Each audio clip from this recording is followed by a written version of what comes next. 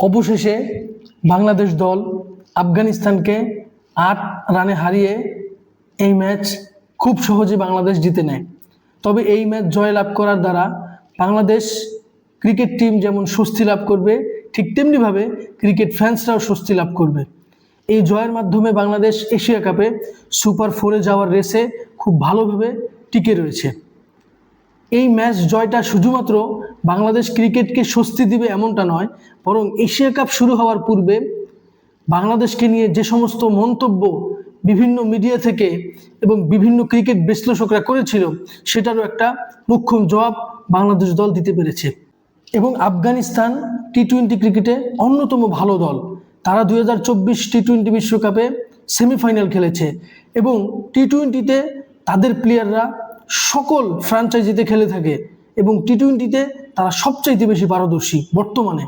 এইরকম দলের সাথে যখন বাংলাদেশ টিম টি-20তে এশিয়া কাপের মতো স্টেজে ডু অর ডাই ম্যাচে যখন জয়লাভ করবে, এটা বাংলাদেশ ক্রিকেটকে আরও বেশি আত্মবিশ্বাস যোগাবে পরবর্তীতে আরও ভালো ক্রিকেট খেলার জন্য। আজকের এই ম্যাচে লিটন দাস যখন টসে জয়লাভ করে এবং ব্যাটিংয়ের সিদ্ধান্ত নেয়, তখন লিটন দাসকে জিজ্ঞাসা করা হয় কয়টা চেঞ্জ করেছে দলের মধ্যে। লিটন দাস 4টা পরিবর্তন নিয়ে মাঠে নামে। তখনই বোঝা যায় বাংলাদেশ আজকের এই ম্যাচটা নিয়ে কতটা সিরিয়াস এবং কতটা আত্মবিশ্বাসী এই ম্যাচ জয়ের জন্য।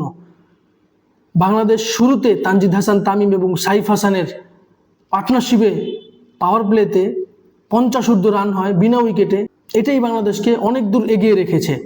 পরবর্তীতে শেষ 2 ওভারে 19 এবং 20 ওভারে যদি নুরুল হাসান সোহান এবং জাকির আলী অনেক কিছু রান যোগ করতে পারতো, তাহলে বাংলাদেশের রানটা হয়তো 170 কিংবা 75 হতে পারত।